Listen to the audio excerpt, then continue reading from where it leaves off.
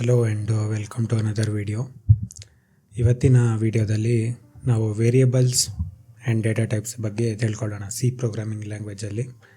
ಹಿಂದಿನ ವಿಡಿಯೋಗಳಲ್ಲಿ ನಾವು ಹೇಗೆ ಒಂದು ಸಿಂಪಲ್ ಸಿ ಪ್ರೋಗ್ರಾಮ್ನ ಬರೆದು ಹೆಲೋ ವರ್ಲ್ಡ್ ಪ್ರಿಂಟ್ ಮಾಡ್ಬೋದು, ಮತ್ತು ಹೇಗೆ ಇಂಟಿಜರ್ ವೇರಿಯೇಬಲ್ನ ಡಿಕ್ಲೇರ್ ಮಾಡ್ಬೋದು ಮತ್ತು ವ್ಯಾಲ್ಯೂ ಅಸೈನ್ ಮಾಡ್ಬೋದು ಅನ್ನೋದನ್ನು ಕಲ್ತಿದ್ವಿ. ಅದ್ರ ಮೇಲೇ ಹಾಗೆ ಕಂಟಿನ್ಯೂ ಮಾಡ್ತಾ ಹೋಗೋಣ. ಇವತ್ತಿನ ವಿಡಿಯೋದಲ್ಲಿ ನಾವು ಬೇರೆ ಯಾವೆಲ್ಲ ರೀತಿಯಾದ ಡೇಟಾ ಟೈಪ್ಸ್ ಇದೆ ಮತ್ತು ಅದನ್ನು ಹೇಗೆ ಯೂಸ್ ಮಾಡ್ಬೋದು ಅಂತ ಯೂಸ್ ಮಾಡ್ಕೊಳ್ಳೋಣ. ಈ ಪ್ರೋಗ್ರಾಮಲ್ಲಿ ಕೂಡ ನಾವು ಸ್ಟ್ಯಾಂಡರ್ಡ್ IO.h ಲೈಬ್ರರಿನ ಯೂಸ್ ಮಾಡ್ತೀವಿ. ಯಾಕಂತ ಹೇಳಿದ್ರೆ printf ಫಂಕ್ಷನ್ ಅನ್ನೋದು ಸ್ಟ್ಯಾಂಡರ್ಡ್ IO.h ಫೈಲಲ್ಲಿ ಎಕ್ಸ್ಪೋಸ್ ಆಗಿರುತ್ತೆ. ಆದ್ದರಿಂದ ನಾವು printf ಯೂಸ್ ಮಾಡಬೇಕು ಅಂತ ಇದ್ದರೆ ಸ್ಟ್ಯಾಂಡರ್ಡ್ IO.h ಲೈಬ್ರರಿನ ಯೂಸ್ ಮಾಡ್ಕೋಬೇಕು. Next int main. ಇನ್ನು ಕೆಲವರಿಗೆ ನನ್ನ ವಿಡಿಯೋ ನೋಡಬೇಕಾದ್ರೆ ಅನಿಸ್ಬೋದು, ಇಲ್ಲಿ ಇವಾಗ ನಾನೇನು ಹೈಲೈಟ್ ಮಾಡ್ತಿದ್ದೀನಿ ಇಲ್ಲಿ 4 ಡಾಟ್ ಥರ ಕಾಣಿಸ್ತಿದೆ. ಇದು ಏನಂತ ಹೇಳಿದ್ರೆ ಜಸ್ಟು ಸ್ಪೇಸ್ನ ವಿಜುವಲೈಸ್ ಮಾಡ್ತಾ ಇರೋದು. ಯಾಕಂತ ಹೇಳಿದ್ರೆ ಎಲ್ಲ ಕಡೆ ಸೇಮ್ ಸ್ಪೇಸ್ ಕೊಟ್ಟರೆ ಚೆನ್ನಾಗಿರುತ್ತೆ. ಒಂದೊಂದು ಕಡೆ ಸ್ಪೇಸ್, ಒಂದೊಂದು ಕಡೆ ಟ್ಯಾಬ್ ಕೊಟ್ಟಾಗ ಅದು ಮೆಸ್ಸಪ್ ಆಗ್ಬೋದು. ಅದು ಏನಕ್ಕಂತ ನಿಮಗೆ ಮುಂದೆ ಅರ್ಥ ಆಗುತ್ತೆ. ಯಾಕಂತ ಹೇಳಿದ್ರೆ ಎಲ್ಲ ಎಡಿಟರ್ಗಳಲ್ಲಿ ಟ್ಯಾಬ್ ಪ್ರೆಸ್ ಮಾಡಿದಾಗ ಸ್ಪೇಸ್ ಬರೋದಿಲ್ಲ. ಒಂದೊಂದು ಕೋಡ್ ಬ್ರೌಸರಲ್ಲಿ ನಾವು ಸ್ಪೇಸ್ ಸೆಟ್ ಮಾಡಿರ್ತೀವಿ, ಇನ್ನೊಂದು ಕಡೆ ಟ್ಯಾಬ್ ಸೆಟ್ ಮಾಡಿರ್ತೀವಿ.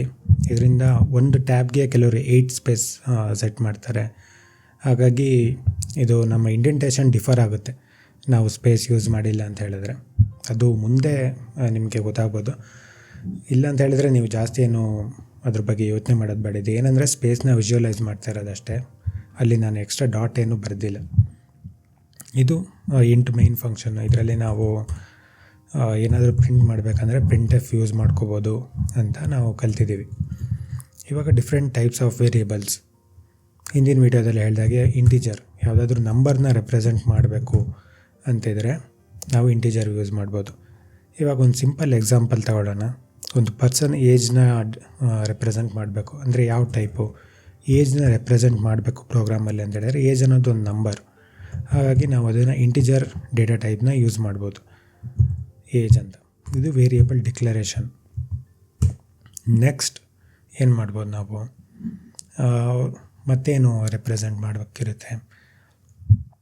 ನೆಕ್ಸ್ಟು ಇನ್ನೊಂದು ಡೇಟಾ ಟೈಪ್ ಬಗ್ಗೆ ಹೇಳ್ಬೋಣ, ಫ್ಲೋಟ್ ಡೇಟಾ ಟೈಪ್ನ ಯಾವಾಗ ಯೂಸ್ ಮಾಡ್ತೀವಿ ಅಂತ ಹೇಳಿದರೆ, ನಾವೇನಾದರೂ ಫ್ಲೋಟಿಂಗ್ ಪಾಯಿಂಟ್ ನಂಬರ್ಸ್ನ ಯೂಸ್ ಮಾಡಬೇಕು ಅಂತ ಹೇಳಿದರೆ ಆವಾಗ ನಾವು ಫ್ಲೋಟ್ ಡೇಟಾ ಟೈಪ್ನ ಯೂಸ್ ಮಾಡ್ತೀವಿ.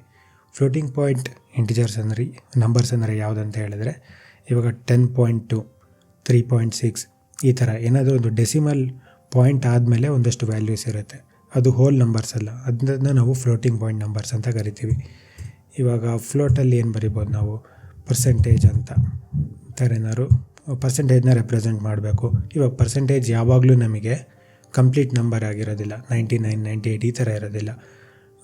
70.5, 70.6, 39.6 ಈ ಥರ.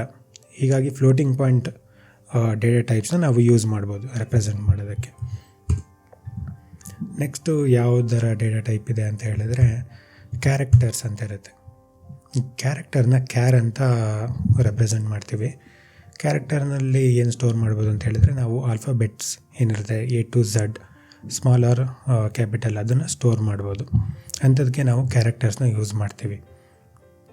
ಕ್ಯಾರೆಕ್ಟರಲ್ಲಿ ನಮಗೆ ಯೂಸ್ ಆಗುವಂಥದ್ದು ಪರ್ಸನ್ ಬಗ್ಗೆ ಏನು ಸ್ಟೋರ್ ಮಾಡ್ಬೋದು, ಕ್ಯಾರೆಕ್ಟರ್ ಬಗ್ಗೆ ನಾವೇನು ಸ್ಟೋರ್ ಮಾಡ್ಬೋದು ಅಂತ ಥಿಂಕ್ ಮಾಡ್ತಾಯಿದ್ದೀನಿ.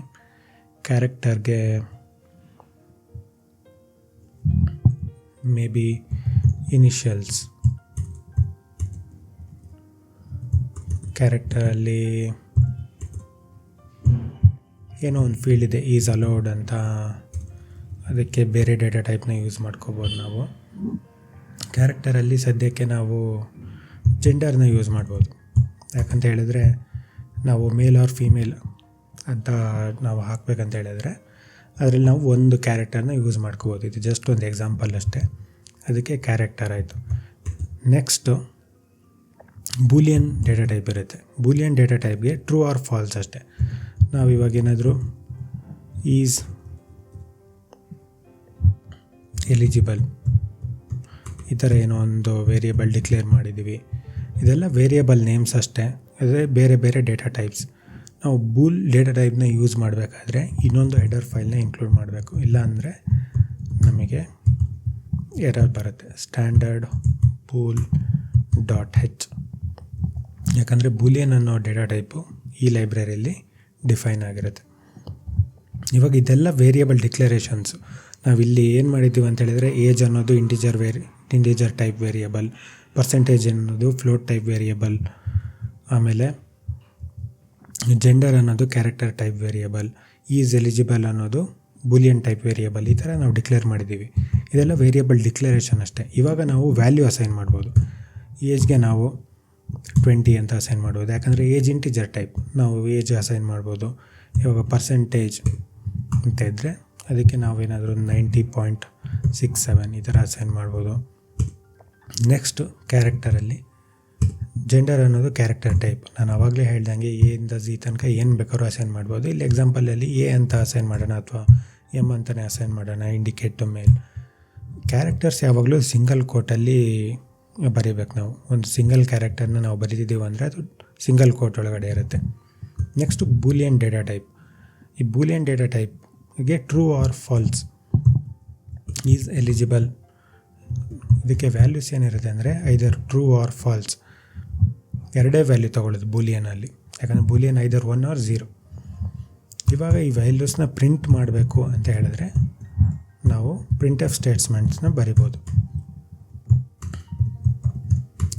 Value of age is equals to, ನಾವು ಇಂಟಿಜರ್ನ ಪ್ರಿಂಟ್ ಮಾಡಬೇಕಾದ್ರೆ ಪ್ರಿಂಟ್ ಮಾಡಬೇಕಾದ್ರೆ ನಾವು ಯಾವಾಗಲೂ %d ಯೂಸ್ ಮಾಡ್ತೀವಿ. %d ಆದಮೇಲೆ /n ಏನಿದೆ ಅದೊಂದು ನ್ಯೂ ಲೈನ್ನ ಪ್ರಿಂಟ್ ಮಾಡುತ್ತೆ. ಇವಾಗ 20 ಪ್ರಿಂಟ್ ಆದಮೇಲೆ ನಮಗೆ ನೆಕ್ಸ್ಟ್ ಏನೇ ಪ್ರಿಂಟ್ ಆಗಬೇಕಿದ್ರೂ ಅದು ನೆಕ್ಸ್ಟ್ ಲೈನಲ್ಲಿ ಪ್ರಿಂಟ್ ಆಗಬೇಕು. ಅದಕ್ಕೋಸ್ಕರ ನಾವು /n ಯೂಸ್ ಮಾಡ್ತಾ ಇದ್ದೀವಿ. ಇವಾಗ ಉಳಿದಿರೋ ವೇರಿಯಬಲ್ ಕೂಡ ಅದೇ ಥರ ಪ್ರಿಂಟ್ ಮಾಡ್ತಾ ಹೋಗೋಣ.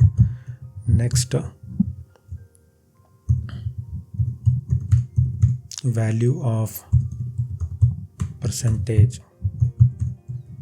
ಈಸ್ ಈಕ್ವಲ್ಸ್ ಟು, ಇವಾಗ ನಾವು ಪರ್ಸೆಂಟೇಜ್ ಪ್ರಿಂಟ್ ಮಾಡಬೇಕಾದ್ರೆ ನಾವು ಡೆಸಿಮಲ್ ಅಂದರೆ ಇಂಟಿಜರ್ಸ್ಗೆ ನಾವು %d ಫಾರ್ಮ್ಯಾಟ್ ಸ್ಪೆಸಿಫೈಯರ್ನ ಯೂಸ್ ಮಾಡಿದ್ವಿ.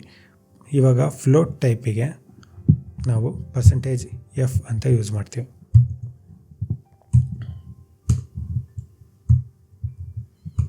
ನೆಕ್ಸ್ಟು ಇನ್ನೊಂದು ಡೇಟಾ ಟೈಪ್ ನಾವು ಯೂಸ್ ಮಾಡಿರೋದು ಯಾವುದಂತ ಹೇಳಿದ್ರೆ ವ್ಯಾಲ್ಯೂ ಆಫ್ ಜೆಂಡರ್ ಈಸ್. ಇವಾಗ ನಾವು ಕ್ಯಾರೆಕ್ಟರ್ ಪ್ರಿಂಟ್ ಮಾಡಬೇಕಾದ್ರೆ %c ಅಂತ ಯೂಸ್ ಮಾಡ್ತೀವಿ. ಇಲ್ಲಿ ನಾವು /n ಕೊಟ್ಟಿಲ್ಲ. /n ಕೊಟ್ಟಿಲ್ಲ ಅಂದರೆ ಏನಾಗುತ್ತೆ ಅಂದರೆ ಎಲ್ಲ ಒಂದೇ ಲೈನಲ್ಲಿ ಪ್ರಿಂಟ್ ಆಗಿಬಿಡುತ್ತೆ. /n ಕೊಟ್ಟಾಗ ನಾವೇನು ಪ್ರಿಂಟ್ ಮಾಡಬೇಕಂತಿರ್ತೀವಿ ಅದು ಪ್ರಿಂಟ್ ಆಗಿಬಿಟ್ಟು ಆ ಲೈನ್ ಕಂಪ್ಲೀಟಾಗಿ ಬ್ಲ್ಯಾಂಕ್ ಆಗುತ್ತೆ. ನೀವು ನೆಕ್ಸ್ಟ್ ಲೈನಿಂದ ಉಳಿದಿದ್ದು ಪ್ರಿಂಟ್ ಆಗುತ್ತೆ. ನೆಕ್ಸ್ಟ್ ಪ್ರಿಂಟ್ ಎಫ್,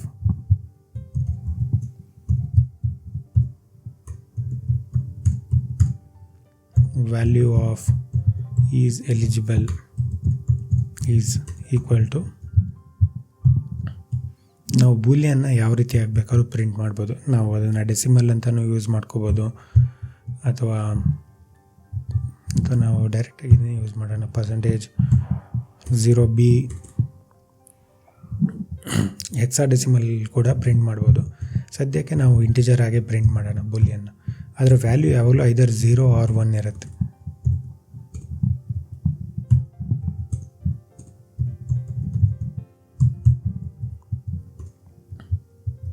ಇವಾಗ ಈ ಪ್ರೋಗ್ರಾಮಲ್ಲಿ ನಾವು ಏನು ಮಾಡಿದ್ದೀವಿ ಅಂತ ಹೇಳಿದ್ರೆ 4 ವೇರಿಯೇಬಲ್ನ ಡಿಕ್ಲೇರ್ ಮಾಡಿದ್ದೀವಿ. ಎಲ್ಲದು different type.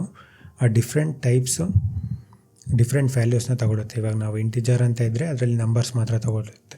ನಮಗೇನಾದ್ರು floating points decimal point ಆದಮೇಲೆ ನಮಗೆ ಈ ಥರ ಫ್ಲೋಟಿಂಗ್ ಪಾಯಿಂಟ್ಸ್ ನಂಬರ್ನ ಯೂಸ್ ಮಾಡಬೇಕಂದ್ರೆ ನಾವು ಫ್ಲೋಟ್ ಡೇಟಾ ಟೈಪ್ನ ಯೂಸ್ ಮಾಡ್ತೀವಿ. ನಾವೇನಾದರೂ ಕ್ಯಾರೆಕ್ಟರ್ನ ಸ್ಟೋರ್ ಮಾಡಬೇಕಂದಿದ್ರೆ ನಾವು ಕ್ಯಾರ್ ಡೇಟಾ ಟೈಪ್ನ ಯೂಸ್ ಮಾಡ್ತೀವಿ. ನಾವೇನಾದರೂ boolean either true or false type use ಮಾಡಬೇಕಂತಿದ್ರೆ ನಾವು ಬೂಲಿಯನ್ ಡೇಟಾ ಟೈಪ್ನ ಯೂಸ್ ಮಾಡ್ತೀವಿ. ಇವಾಗ ಈ ಪ್ರೋಗ್ರಾಮ್ನ ಕಂಪೈಲ್ ಮಾಡಿ ರನ್ ಮಾಡೋಣ.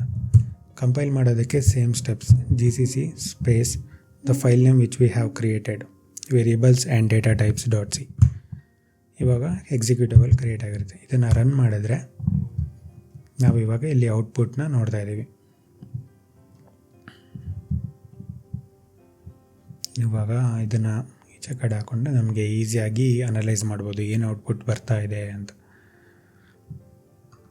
ಇಲ್ಲಿ ನಾವು ಕಂಪೇರ್ ಮಾಡಿದರೆ line number 15 value of age is %d, value of age is equals to, ಇಲ್ಲಿ ತನಕ ಸೇಮ್ ಅದೇ ಪ್ರಿಂಟ್ ಬಂದಿದೆ.